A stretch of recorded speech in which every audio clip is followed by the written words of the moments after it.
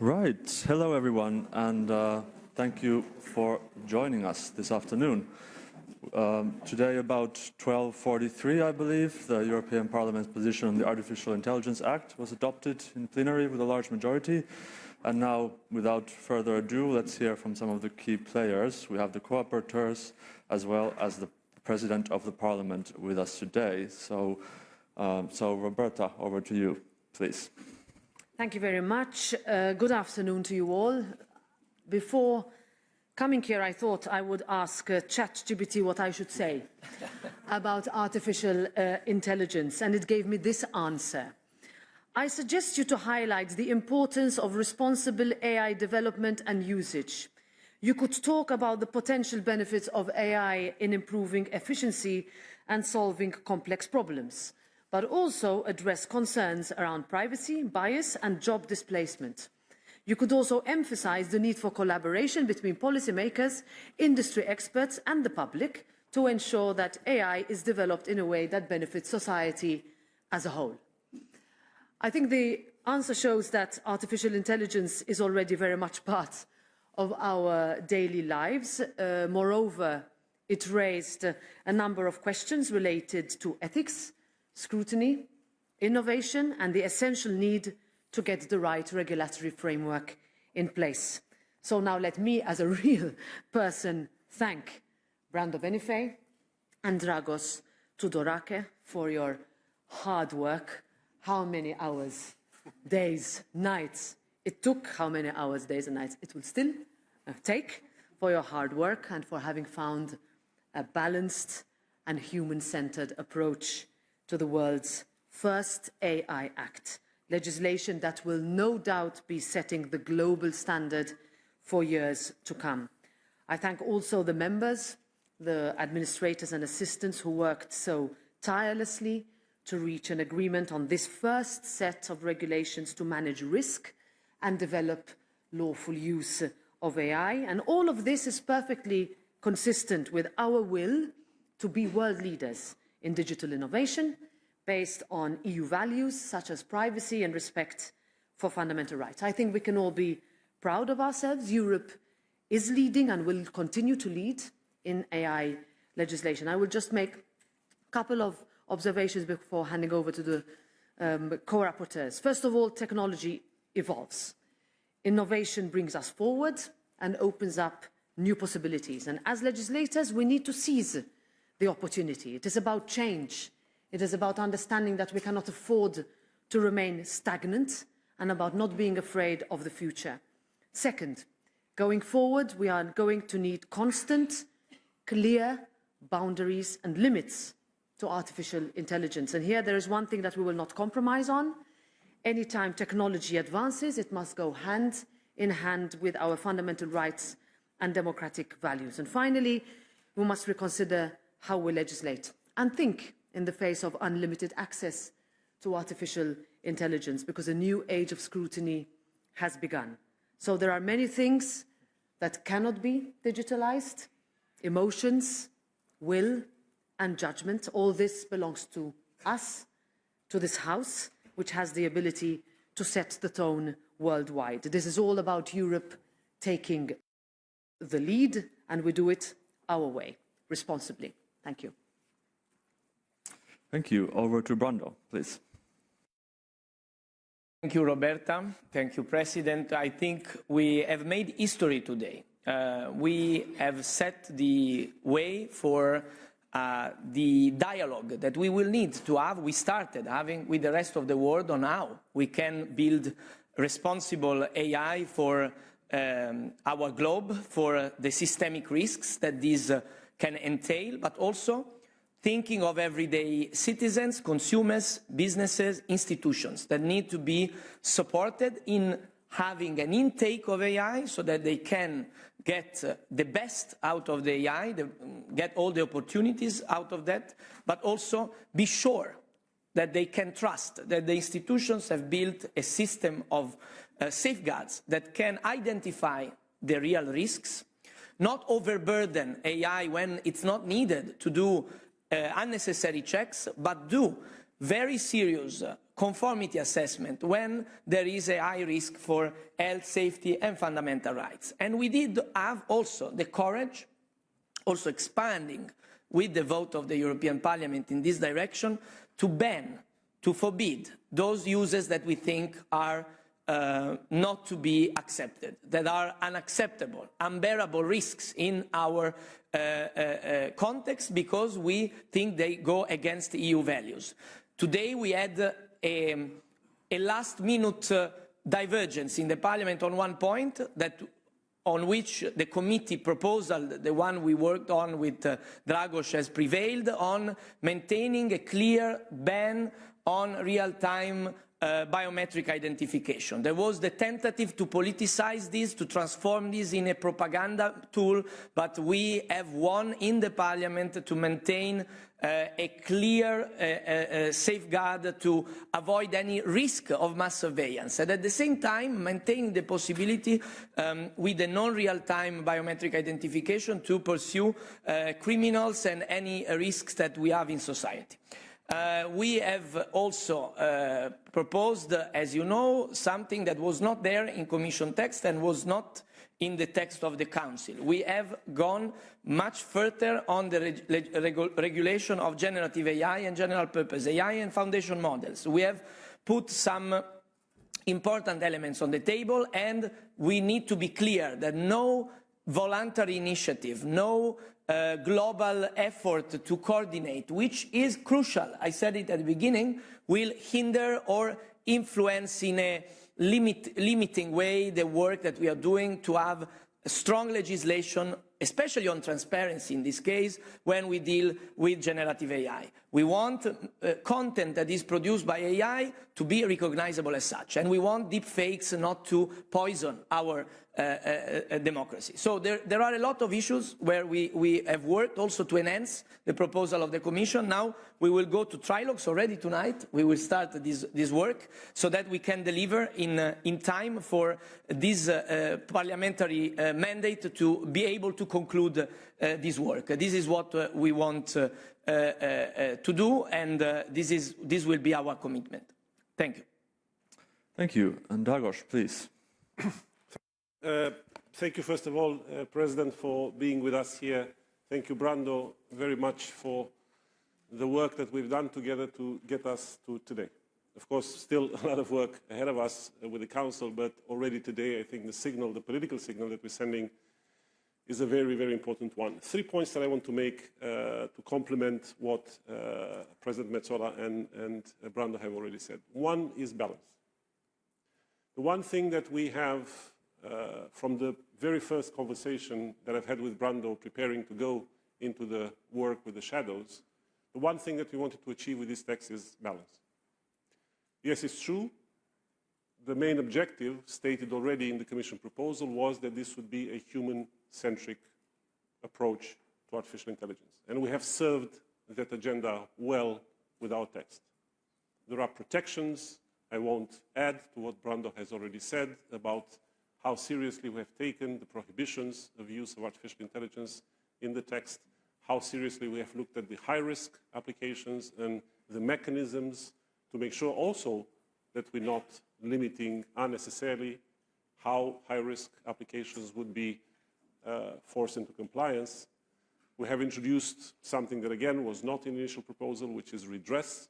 Redress for our citizens, for our users, because they need to be able to say whenever they feel uneasy about technology, and that goes into the issue of trust and confidence, whenever they would feel uneasy about their interaction with AI, they need to have the possibility to say so. And again, we have introduced redress in the text. We have fundamental rights impact assessments for the deployment of high-risk applications. So the agenda of serving the agenda of protecting our citizens is very firmly into this mandate. And at the same time, this is why I said balance, at the same time we are also serving the agenda of promoting innovation, not hindering creativity and deployment and development of AI in Europe, which is something that is an objective just as important as the one to protect our citizens. And throughout the work that we have done over the last year, we have tried to build on what was already in the proposal to make it so. First of all, definitions.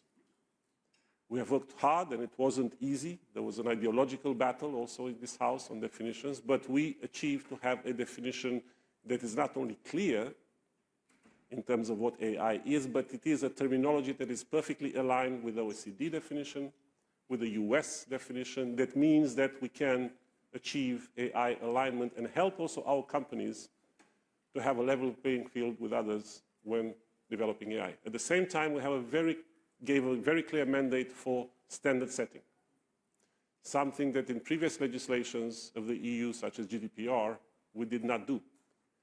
And then we left companies to struggle with legal definitions that they had difficulties in understanding or translating into technical language. And with standards, and we have also looked at how we write standards. Should it be top-down or should it be bottom-up? And we have agreed in this House that there will be bottom-up standard setting, again, to make sure that those developing AI have a say in how these technical standards would look like. And that is something that helps that agenda of promoting innovation. Sandboxes, governance. Again, other examples of how we thought that we need to bring in industry, we need to bring in the developers, the startups, those creatives that are already embracing and using this technology so that they also find a place in Europe. And that's something that, again, for us was fundamentally important. Second thing, very briefly on convergence. Brando has already touched upon that. For us, global convergence is something very important, and we do not look at this act as something where the Brussels effect will suffice. I said it many times in public, we have to look at Brussels effect differently this time around, because this technology is the same everywhere. And therefore we have to, us as European Union, taking the lead on this, being the first ones to have the courage to put rules into place, but we also have to work with other like-minded democracies out there to make sure that we reach alignment on the global stage, on how the signposting for the future, how the guardrailing for the future in the evolution of this technology looks like and is aligned with the efforts of our partners. And third, I also said it yesterday in the plenary debate, if this technology and this transformation, this profound transformation, takes place by leaving people behind, then we have missed our goal. It is fundamental that we bring everyone along. And that means that apart from writing rules, our governments, and us here at the European level as well, we have to engage in a very serious and coordinated effort to explain and to accompany our citizens in this transformation. That means that we have to invest massively in education, in reskilling of our current workforce to be able to integrate AI into their work, because otherwise we would have forces in our societies that will resist, that will look at this transformation with a bad eye, and that's something that we do not want. It becomes ideological, it becomes partisan, and it's not how we see technology in our society. So we are mindful of all of these three objectives. We will continue to be mindful in the work that we'll do in the Council, and I'm convinced that we will prevail with a text that will indeed set the right standard for the rest of the world. Thank you. Thank you. And now we have some time for questions. So anyone in the room? Quite a few people. I think you were first over there. Yes, let's start all the way in the back. Yes. Mm-hmm.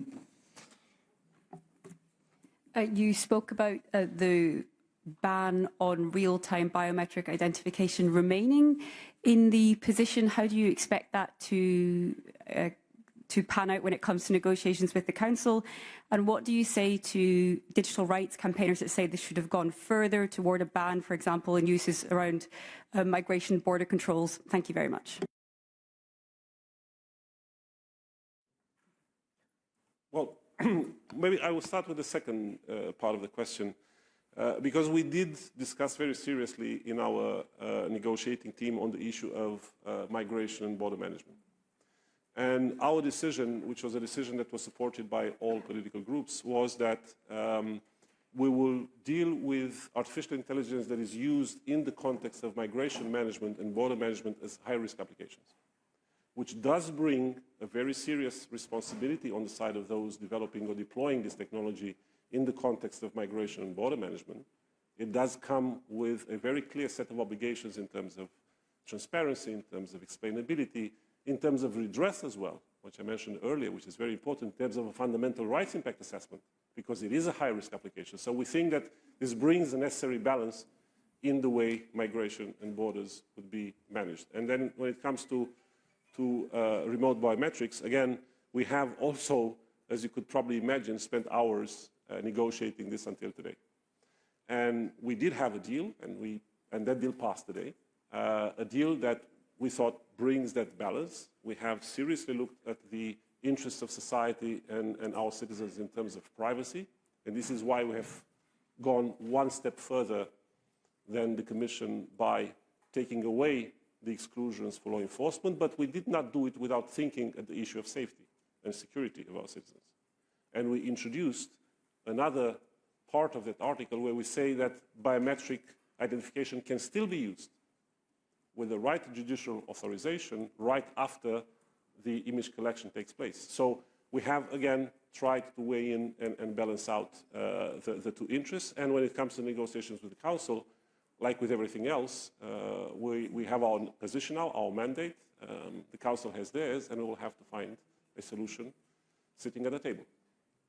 I just want to add one thing on the first point, and that was the second, in fact, the one on migration, that in fact, we, through strong negotiation, we found, however, a further common point on the issue of emotion recognition that we have banned also, not just in employment places and in schools, but also when dealing with the migration issues, because we think that there is a limit also to the what can be done. And as colleague Dragoş has said, we have put that in high risk, and we think this needs to be taken seriously. So we will look in the negotiations so that this doesn't get down as a standard that we have put, I think, very clearly, because this is a very sensitive topic, and we need to keep our eyes open. And on the trilogues, well, they start now, so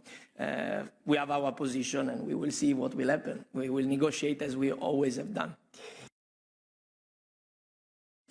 Right, thank you. And then I believe there was one next. There, please. Can you hear me? Yes, is the mic... Sorry, your mic is not on. Please press the button until the red light turns on. Okay, yes, perfect. Is that working? Lisa O'Carroll from The Guardian. Two things, just a quick follow-up on that question there. In France, the French police are intending to use facial recognition to prevent crowd surges and other things. If this law, in the Olympics, if this law is passed by the end of the year, do you think that can still go ahead? Just comment on that. And then secondly, Dragoş, you mentioned sanctions. Can you tell us what they would look like? And talk about that. Thanks. So it's not for me to comment on what the French Assembly will do. If the French Assembly will decide to pass a law that allows for biometric identification in public spaces now, until the regulation kicks in, until the regulation takes into force, then they take the responsibility of doing it for a very short period of time. Because when the regulation will pass, it will be applicable and enforceable in all member states. So then the French Assembly will have to take its course to make sure that they comply with EU regulations.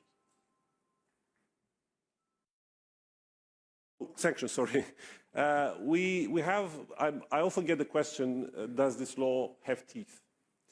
I always invite people to look into the text. There's plenty of sharp teeth in there that ranges from investigations and an actual interaction, which is also a first wave, a friendly wave of interaction between the regulator and the companies. But then, if the regulators would be unsatisfied with either what they find or what the corrective measures the companies are taking, then they have the possibility either to force the withdrawal of the particular application from the market, so simply that application will no longer work for us in the Union, or there is also the possibility of fines that can go all the way to 7% of the revenue, which I think is pretty convincing. up to 7. There is a range of sanctions depending on the type of infringement. Right, thank you. And then I believe you were next. Thank you. Anna Wandensky from Europe Diplomatic. I presume these rules are so important for the elections that we have to know that there will be no foul game, that they will be really reinforced. And I would like to hear the answer, first of all, of Madam President, that how you are going to reinforce it, that the elections are exemplary and people feel confident that there is no foul game behind. Thank you for this question. I was going to come in with it if none of you had asked it. It is a concern exactly 1 year before the elections next year. The AI Act has a transposition time of 2 years, which means that it will not be in force on the date of the election, but the Digital Services Act will be. It enters into force on the 1st of September. And that means that that act can help fight disinformation and interference in elections, first of all, by providing rules on how to remove illegal content. In fact, the AI Act would regulate systems that could be used to create and spread such content. So this is also something that we need to keep in mind when it becomes effective in different member states. Now, if we look at the Parliament position on the AI Act, it expressly, in fact, considers as high-risk systems that are intended to influence outcomes of elections or referenda or the voting behaviour of natural persons. So this is to say that we are very concerned. We are working with the Commission, in fact, in the absence of an electoral law, in order for us to have systems put in place. Some of them will have to be similar to what we found in 2019 in terms of advertising, in terms of information, monitoring. How do you get the truth, the correct information coming to your devices? We have a specific concern in this Parliament, is that we have 4 countries that will vote for the first time at age of 16, which means that that's a specific new electorate cohort that will get its information in a different way to what other generations do, or previous elections sought to get the information. So that's, together with our communication services, we are really very much looking at how we can work not only with the Commission but also with social media platforms, especially after the 1st of September, where they will have to abide by our rules. If I can add on this specifically on what we are doing now, I mean, from the side of the work on the AI Act, I mean, we, not surprisingly, exactly on generative AI and the most, I mean, at risk of creating disinformation, AI systems, we have a lot of debate around anticipation of compliance in a voluntary base, or on a G7 level agreement on a code of conduct. This kind of work is being done also by the Commission. As I said earlier, we share this effort and we understand that. I've been, like Dragoş, traveling all over the world to discuss about this work, and generative AI has been at the center of the attention of a lot of institutions. That's also why I think it will be very important that we conclude quickly our work, that the AI Act enters into force. And I say that on a personal capacity, because this is something that we need to discuss further. But I think we should look into the possibility of having an earlier implementation for some systems, so for generative AI and foundation models. This is something that is, I mean, it's totally to be discussed. It's my personal opinion, but I think this comes out after these discussions, that on these specific areas we might try to see if we can accelerate a bit the entry into force, considering that even if we don't manage to do that, there are voluntary compliance initiatives going on, both for the businesses in Europe with the AI Pact and at the G7 level on generative AI for the AI Code of Conduct. But maybe we could also take a step further on the legislative hard law side. Right, thank you. And here in the front row, please. Hi, Julian Deutsch, Bloomberg. I wanted to ask about the generative AI controls added today. A lot of the big tech American companies that are actually creating this technology, they argue these controls should only be in place if these systems are used in high-risk situations. I'd be curious why you disagree with them, why they should just have blanket controls and risk assessments. And I was also curious about member states, and if you are concerned at all about them, maybe not being willing to actually add controls to general purpose AI or generative AI. Thanks. But I maybe also Dragoş want to say on this, but I can only say that we have been working on this topic because we think it's very important to deal with. We concentrated on transparency because we think this is the main thing. Then, if generative AI is used in a context of high-risk use cases, then it will also comply with the general high-risk areas, and also the foundation models that are behind the generative AI have some rules for them to be into our EU context. In general, the idea is that we want responsibilities not to end up in the hands of institutions and smaller businesses that use AI, but rather have enough responsibility by the developers, by the providers. This is I would say, one general principle, that to have a healthy and balanced chain of responsibilities. And the member states, well, they didn't work a lot on the topic because they concluded in December. Let's see if they want to do something else before we enter into the strong phase of the negotiations. But however, I've seen a constructive approach. I've seen from the governments a great interest of regulating. So I think that the approach that the Parliament has taken can probably be largely supported. This is our hope, but I see good signals in this sense with a lot of interlocutions I had with the Council, both me, Dragoş, and the other involved MEPs. Thank you. Maybe one thing to add on generative AI, because we have also ourselves thought very seriously how best to approach generative AI. And we could have gone down the path of saying only if generative AI is used in high-risk areas, then it should be coming under the compliance regime of the regulation. But that would have denied the very nature of generative AI and foundational models, which is something that we have taken very seriously. And listening and reading and debating this also in the context of the Special Committee on AI, which we had in this Parliament, and we had the foresight, and I want to thank the leadership of Parliament for having that foresight and giving us that tool which we used well, I think, as regulators to understand generative AI. We realized that there are some intrinsic risks in generative AI that go beyond its use.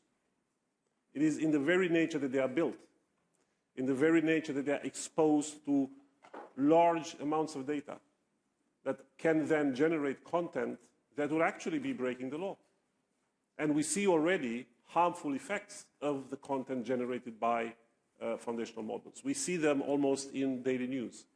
And there is also the issue of copyrighted material which is used in training algorithms. And we had a lot of, I think, large parts of the creative industries, of authors out there who said, listen, our rights, we need to at least know if our work has been used to train the algorithm. And then, of course, we have the legislation is already in place to use and to make sure that our rights are protected. But at least we need to know. And that's precisely what we did. We crafted a special regime for generative AI that does not look at the use, but looks at the way these models are built. And we have said these are some minimum rules that we think need to be respected. Number one, diligence towards the content that you produce. And number two, transparency. That's the only thing we ask, transparency when copyrighted material is used for the training of the algorithm. Right, thank you. At this stage, I believe we have to let President Metsola go to her next engagement, but we will continue the press conference with the other rapporteurs. Thank you.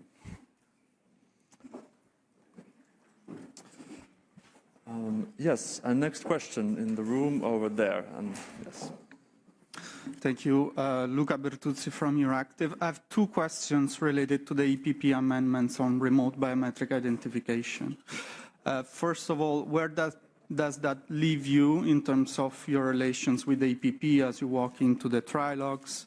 Does that mean that the EPP voice will be somewhat marginalized during the trilogue negotiations? And secondly, do you think that even though not successful, these amendments managed to weaken the Parliament position vis-à-vis the Council? Thank you. I could even answer in Italian now, but I will not, because it will be easier in English for everyone.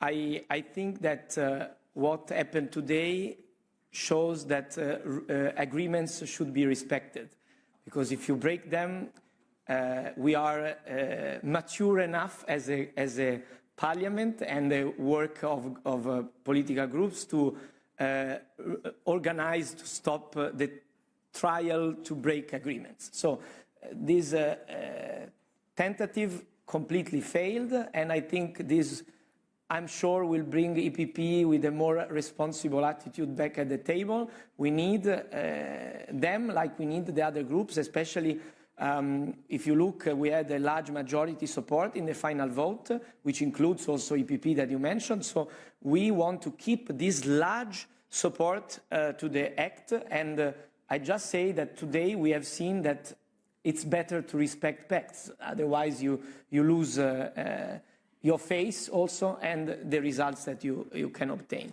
I think that on this topic that was at the center of this more tense situation, we will need to negotiate with the governments, but I think that exactly the result of today give us even a stronger position. It's clear that the Parliament don't want us to recede on such important topics, on avoiding mass surveillance. So I think it's even a clearer mandate. Thank you. All right, and then in the front row, please. Allora, chiederò in italiano a Brando Benifei. So, I'll ask Brando Benifei in Italian. On the question of artificial intelligence, often we've pointed out how you can't stop progress.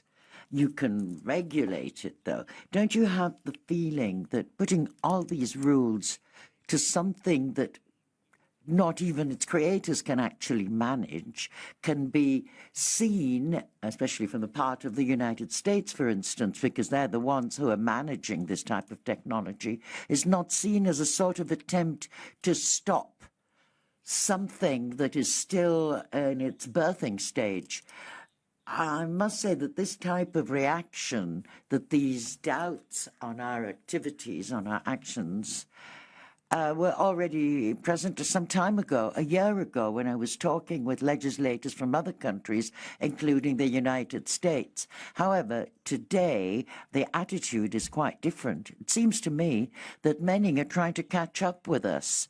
They're trying to open discussions that we had at the beginning of this legislation in a non-legislative way. Brando Tudorache was the president of the Committee on Artificial Intelligence, on AIDA, and it seems to me that today everyone is working on trying to find rules. Now, maybe as Europeans we make them a bit more binding, but the United States, Brazil, Canada, Japan, they're all discussing systems for risk mitigation, verifying things, and data verification and generative AI.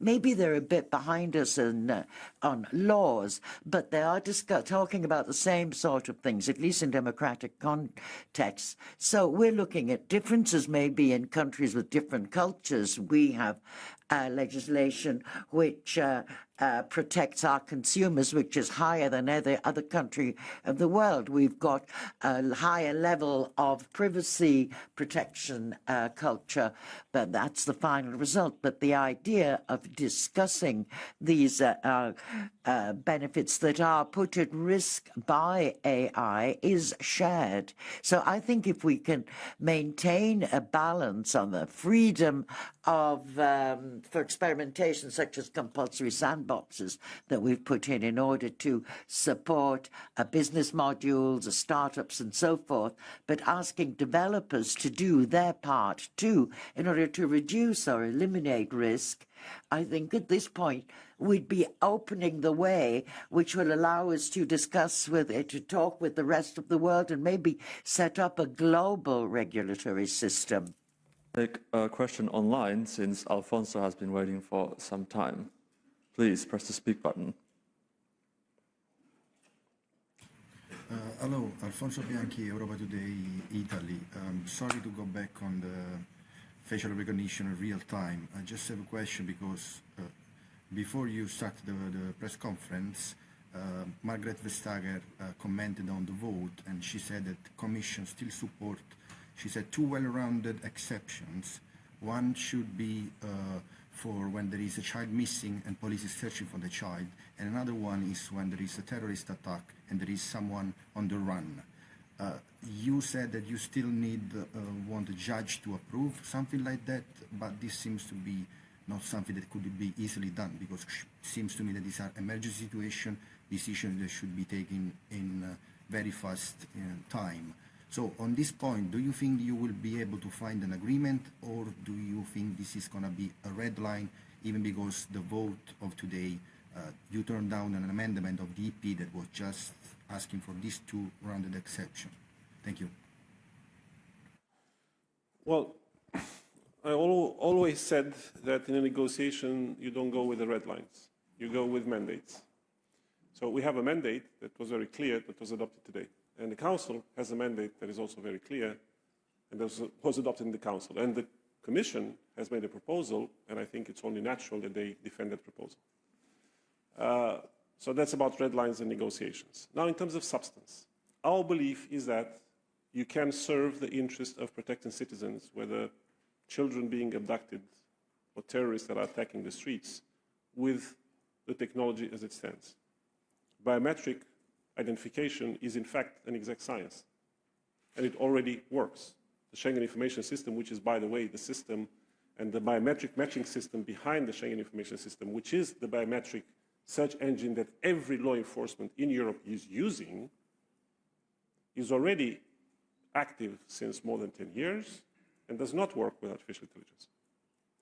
And if there is a terrorist right now running the streets outside, or if law enforcement is being told that a child is missing and might be with the abductor in the streets, then footage from CCTV can be taken in accordance with the rules as we have right now in our mandate, and then with the judicial authorization, which also in the EPP amendments you will find, which is normal to have, you can go and do your biometric matching.